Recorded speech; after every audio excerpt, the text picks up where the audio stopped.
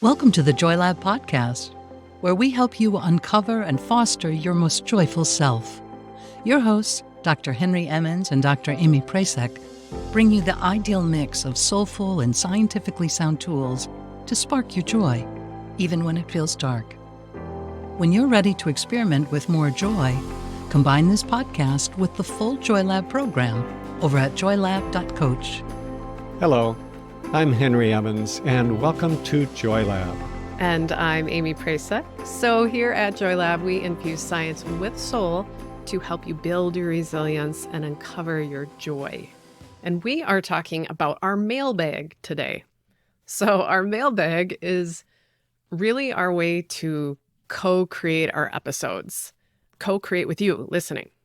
So even though Henry and I could really just talk about this stuff with each other all day, that's not the point. That's not why we're here. The point is for our conversations, for these episodes, to make a meaningful and measurable difference in your mental health and well-being. That's the point. So if you're in our natural mental health community, then you'll see the mailbag form in your community newsletter and also in the community homepage. You can submit your idea, what you'd like us to get into here on the pod. We can't answer individual questions like which supplement or medication or some other individual treatment question, but we want to hear from you all about these broader questions that we get into here. So just let us know what's on your mind. You can also comment over on YouTube with your ideas or reply back to our weekly NMH newsletter with your mailbag ideas. We will prioritize our community submissions, but we'll consider those YouTube comments and newsletter replies as well. So let's do one right now. Henry, I'm going to throw this one for you. A common question we get is, when should I stop using my SAD light?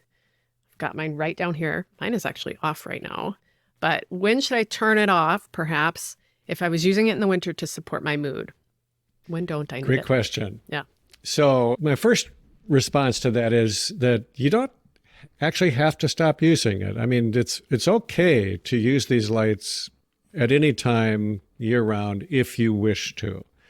That being said, most of us use it for a specific purpose. Usually it's for either SAD, seasonal affective disorder, winter depression, or sometimes we just use it because we may not get depressed in the winter, but we do get kind of sluggish and lethargic and unfocused, and it can help with that too. So anybody who's using it primarily for a seasonal issue, you can stop it, I would say, right around the spring equinox, which is close to March 20th or 21st, or you can just say right around April 1st. So I like to suggest using it from about October 1st until about April 1st. But there's quite a bit of variation with that. There are some folks who find as early as second half of August, they're noticing a change, and they can start at that. Again, it's useful to think about what it is doing for our bodies, and that can kind of help you decide if and when to stop using it. So the problem with winter depression is circadian rhythms get really off kilter in such a way that our bodies want to kind of hibernate. And the light helps trick us into thinking that the days aren't so short. So it's kind of extending our days, or it's tweaking our circadian rhythms. Some people find that that's a really helpful thing to do. Let's say if they travel or they go across time zones and they get back and they're having a hard time getting back into their home time zone, you can use it then for a week or two just to kind of help facilitate that process. Same thing if you, found yourself sleeping in for a few days in a row and you need to get back on track, you can use it then. I also know of people who, anytime that it's a little bit of a dreary day, rainy, cloudy, or they just need to pick me up, turn it on. It's just fine. There are only a few exceptions to that, and I'll share a couple of those. Some folks in the late winter, early spring get a little revved up and agitated. And the bright lights can aggravate that, and it can just make you feel even more that way and accentuate it. And then it's probably a good idea to stop using it or use it for a shorter time period. And then there are times where I'll turn it on at my desk in the morning and leave it on all morning just because I like the brightness. And I swear, after a couple of hours, I get a little funky. Oh, yeah. I start you. to feel kind of, I don't know, revved up or even more unfocused, even though Yes. it might have helped me at first. It seems like later I get more unfocused. So you got to pay a little bit of attention, knowing that it can rev you up a little bit. Notice if it's affecting your mood or just how your brain is working, and back off. Yeah, my experience with using a sad light is it's very much to support my mood for winter depression. I don't use it to support energy. For me, it's just that doesn't, certainly the shared relationship of depression and energy and being a mammal in the winter, but that's not my primary reason for using it. So I do notice, like you said, in the spring, and I'll link to our episode on this variation of seasonal affective disorder, or this mood shift that happens in late winter, early spring, is that if I have my sad light on, it's like I had a little too much caffeine. And when I start to feel that, I know that my sad light is going to now go off for the rest of the season. And we've had such a weird winter in Minnesota.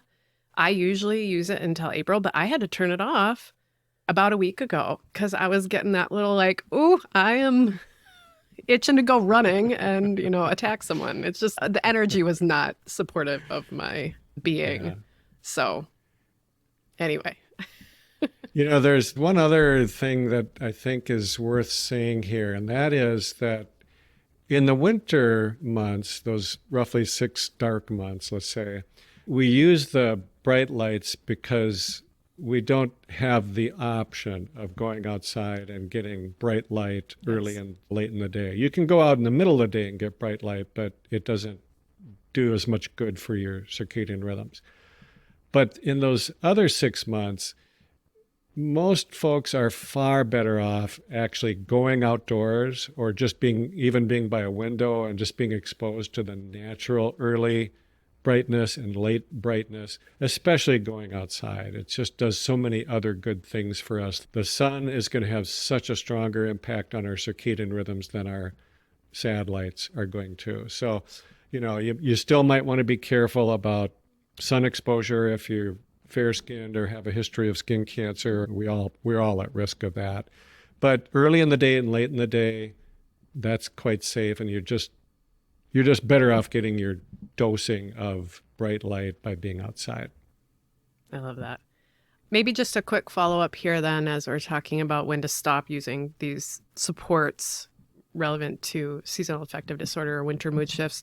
What about vitamin D3? Is that something that if people are adding a little extra dose to, which I do on top of my Neuro Mood Pure Pack that I like, I'll usually have a little boost of D alongside of it.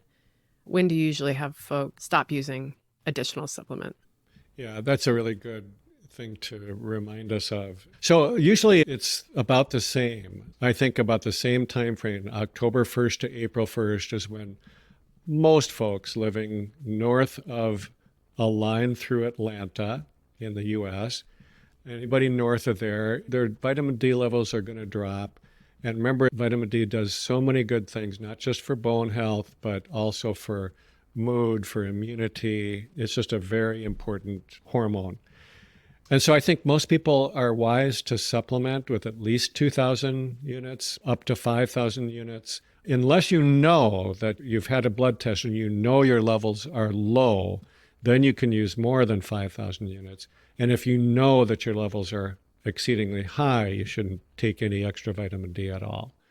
But for most of us, I would say right around October 1st to April 1st. And then from April through September, unless you're actually getting sun exposure on your skin during the middle portion of the day, then you still can take some extra vitamin D, maybe a lower dose, like just 1,000 or 2,000 units in the summer months. Again, we're best off getting our vitamin D through actual sun exposure, but we have to be mindful about skin cancers. Yeah, so I love this. We're coming to the season perhaps where we can back off on some of the supplements. If we're taking those, we can unplug the sad light.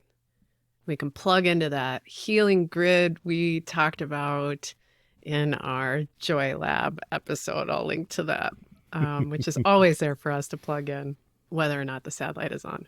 So I hope this is helpful and that you're excited about this mailbag, because this co-creation of our podcast is something that has been important to us. So we want to co-create with you. So please send us your ideas.